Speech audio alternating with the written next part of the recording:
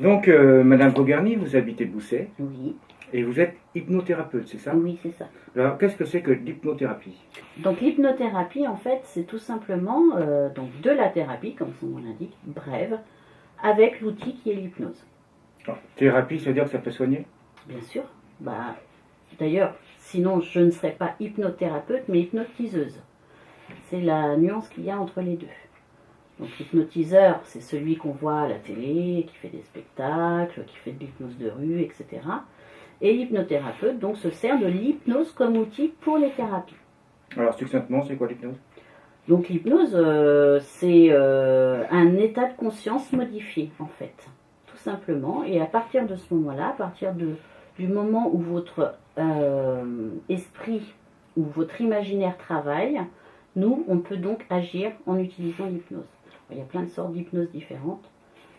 Donc, Avant de parler dans les différentes hypnoses, conscience modifiée, qu'est-ce que ça veut dire? Conscience modifiée, c'est juste un palier, en fait, qui se situe entre l'état de veille et le sommeil.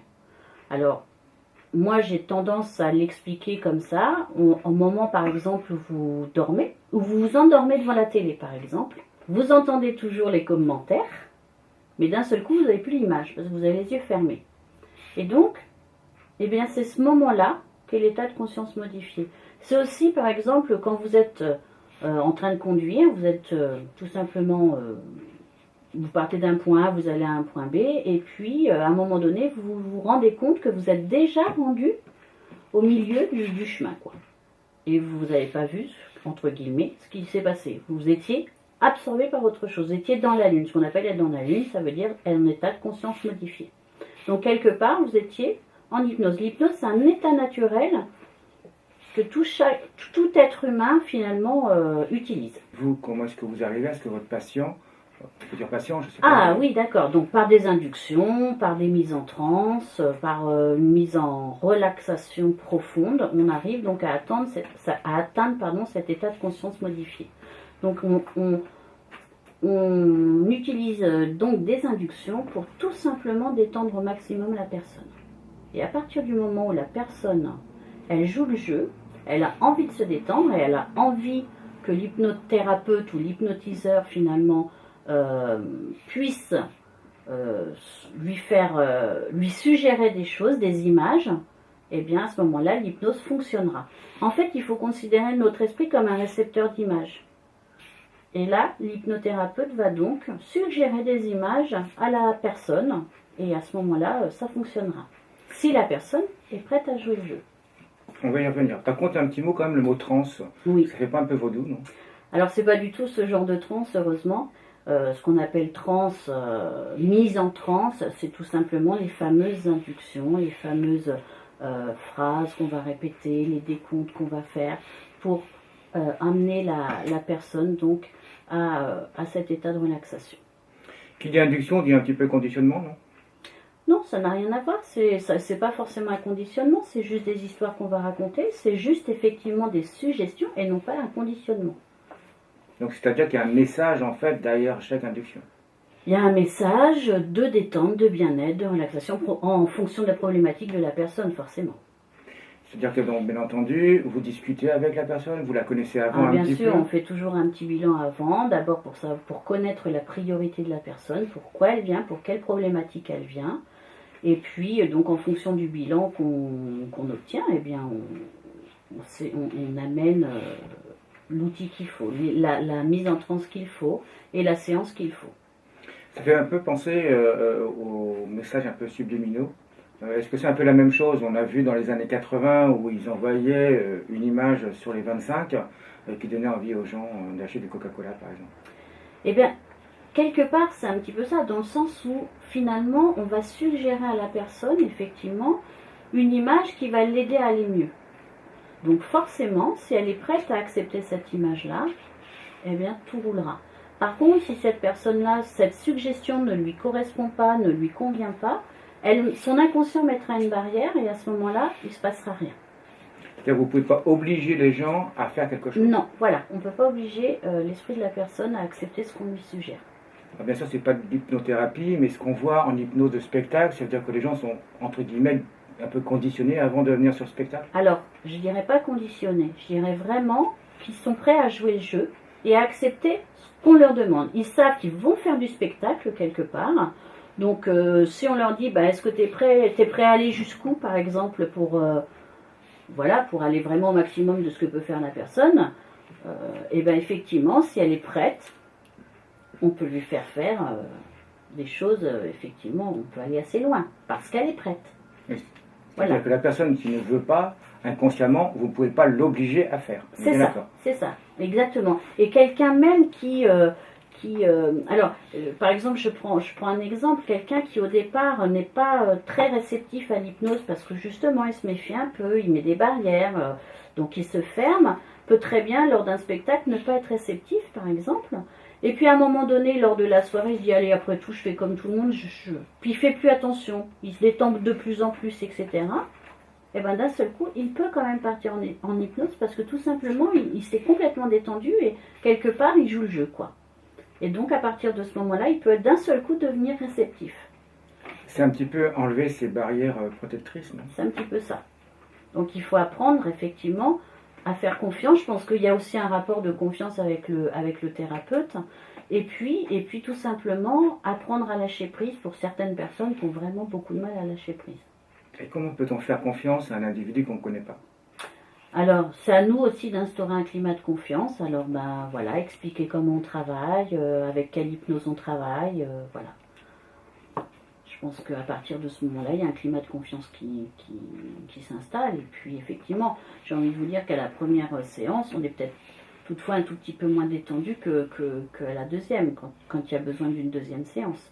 Mais à nous aussi de mettre la personne vraiment en confiance pour qu'elle se détende le plus possible. Et puis on a toutes nos inductions qui servent aussi à ça, de toute façon pour détendre encore plus la personne. Sans aller trop loin, je dirais que certaines personnes ont pu, dans le globe terrestre, dans le monde, utiliser peut-être des techniques d'hypnose pour canaliser certaines idées, non ? Je pense bien sûr à nos grands hommes politiques. Après, il y a des techniques de communication, il y a des techniques de langage, effectivement, auxquelles on peut associer un petit peu l'hypnose, comme on pourrait associer la PNL. En fait, c'est des techniques de communication. Effectivement, l'hypnose peut rentrer un petit peu là-dedans. Effectivement, c'est aussi quelquefois un langage subliminal.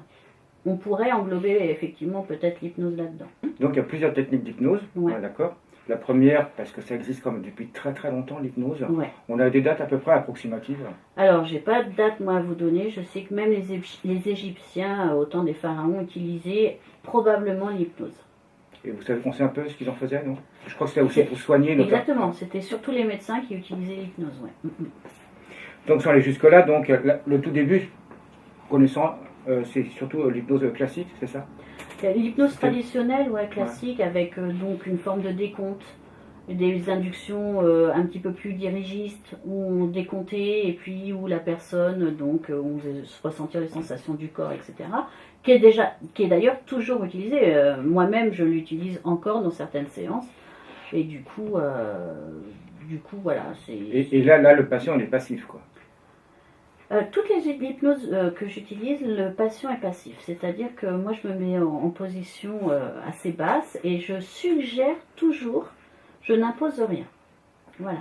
Donc en fait, comme je vous le disais tout à l'heure, si la personne que j'ai en face de moi accepte mes suggestions, eh bien, il se peut même qu'il ne s'aperçoive pas qu'il est en transe.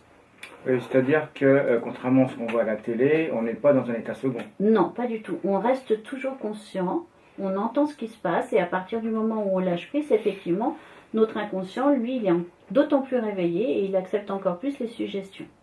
Et comment peut-on savoir si nous sommes en état d'hypnose ? Alors, comment on peut le savoir? Je pense qu'il n'y a que la relaxation qui fait que vous êtes sous hypnose et peut-être en fin de séance un léger engourdissement qui vous a prouvé que vous étiez sous hypnose. Mais étant donné que l'hypnose thérapeutique que moi j'utilise, on reste conscient, c'est vrai que quelquefois, on n'a peut-être pas l'impression d'avoir été sous hypnose. Et pourtant, je vous assure que les résultats derrière sont comment dirais-je, se voient, quoi. Alors donc vous avez évolué par rapport, si je peux mettre le mot, évolué par rapport à l'hypnose classique et vous faites un peu l'éricksonienne, c'est ça? Alors moi, je fais un petit mélange de toutes les hypnoses finalement que j'utilise. Donc la traditionnelle, l'éricksonienne, donc qui est faite de métaphores de contes thérapeutiques. Puisque j'ai été formée aussi par le Centre Sagesse. Donc en fait, le Centre Sagesse utilise l'hypnose ericksonienne, un peu d'humaniste, un peu de nouvelle et un petit peu de tradi. Donc c'est un mélange de tout ça en fait. Alors, si j'ai bien compris, l'hypnose nouvelle et humaniste, justement, le patient intervient plus, quoi. Il est plus actif, il fait plus sur lui-même. Voilà, en fait, on travaille un petit peu plus avec le patient, c'est-à-dire qu'on lui... on lui fait jouer son propre rôle, quand on s'intéresse à lui, on essaie de lui faire ressortir les ressources, ses qualités, etc. On s'adresse vraiment à lui, on peut être amené à lui poser des questions auxquelles il se répondra lui-même. Tout simplement pour qu'il avance un petit peu plus vite et qu'il travaille plus en profondeur. Donc c'est lui qui se prend en main en fait, quoi. Grâce, bien sûr, accompagné par le guide, c'est-à-dire nous, quoi. On va le guider sur une voie, par rapport aussi à la problématique qui vient soigner, quoi. On se rapproche un petit peu de l'auto-hypnose, non? Alors l'auto-hypnose, c'est quelque chose de personnel en fait. C'est un lâcher-prise, c'est se plonger soi-même en relaxation, en s'imposant soi-même ses propres images qui vont nous aider justement à améliorer notre quotidien. Pour la personne qui est accompagnée par effectivement le thérapeute, l'humaniste, on va dire, se rapproche un petit peu effectivement par le concept de l'auto-hypnose. Mais l'auto-hypnose existe aussi depuis très très très longtemps et on l'utilise déjà depuis très longtemps. Oui, bien sûr.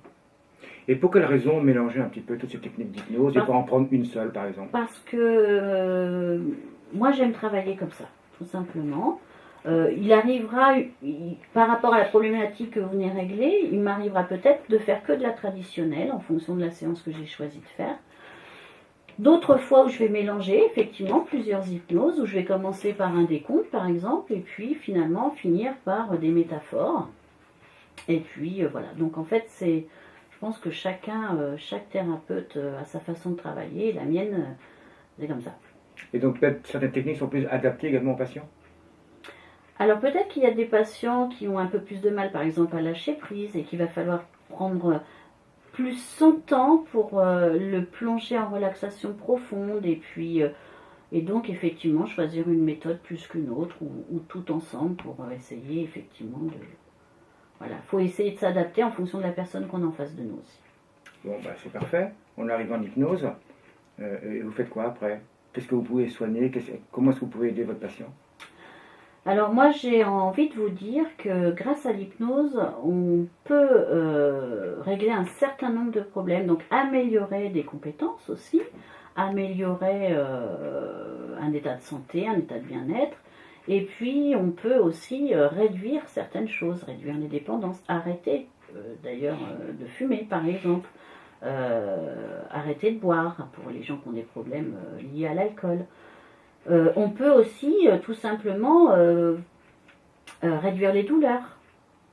En fait, on peut vraiment essayer, en tout cas, de réduire beaucoup de problématiques liées à la santé. Vos soins sont permanents? Alors que... C'est-à-dire qu'une fois que je fume, vous venez, je fume plus, c'est définitif?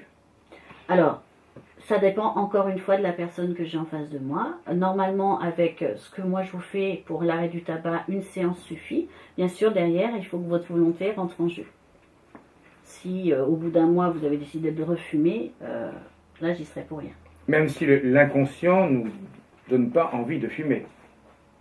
Alors l'inconscient, grâce à ma séance, vous donnera plus envie de fumer pendant une dizaine de jours, puisque moi, quand vous allez venir chez moi, je vais induire un dégoût.